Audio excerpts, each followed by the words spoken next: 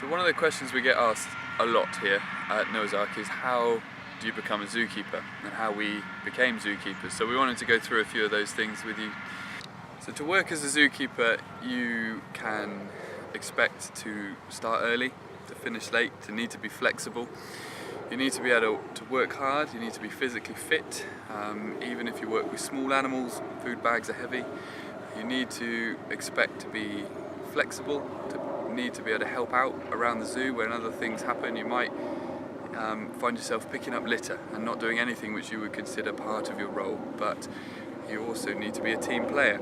So to think that I don't like people, so I want to work with animals, the zoo probably isn't the right setting for you. This is very much a team environment and very much a public-facing environment where the visitors are crucial to the running and the survival of the zoo. Although we end up with very varied roles as zookeepers, the routine work is daily cleaning, and you can't get away from that. The animals never thank you for that, but that is a part of the day every day. It's cleaning and scrubbing and making sure that the environment is presentable. And then you'll also find that you need to be quite creative, because there isn't usually anything on the shelf that will quite fit the niche that you need to find something to do. So we find ourselves solving problems in really unusual and creative ways, turning sometimes waste materials into enrichment, or finding a way to hang something that nobody else has ever needed to do before, because B&Q don't sell gibbon shelves or whatever we're looking for. So we need to be quite a creative person really to get the best out of your role. Traditionally there have been two ways maybe to go into zookeeping, so you have a practical route or a more academic route. And I think nowadays we are very much looking for a combination of both. And you need to be thinking along the lines of, this is a very competitive industry. So when we advertise a job, whether it's a junior one or a senior role, we might have anything from 20 to 200 applications on our desks at a time. So you have to be thinking, how are you going to keep yourselves above everybody else? What's going to give you the edge? Because simply doing a college course is not going to do it. If you think about how many colleges are offering animal care nowadays, there's probably 1,000 students every year leaving with a qualification. So how are you going to make yourselves better than them? How are you going to make yourselves better than everybody else that did it last year and the year before?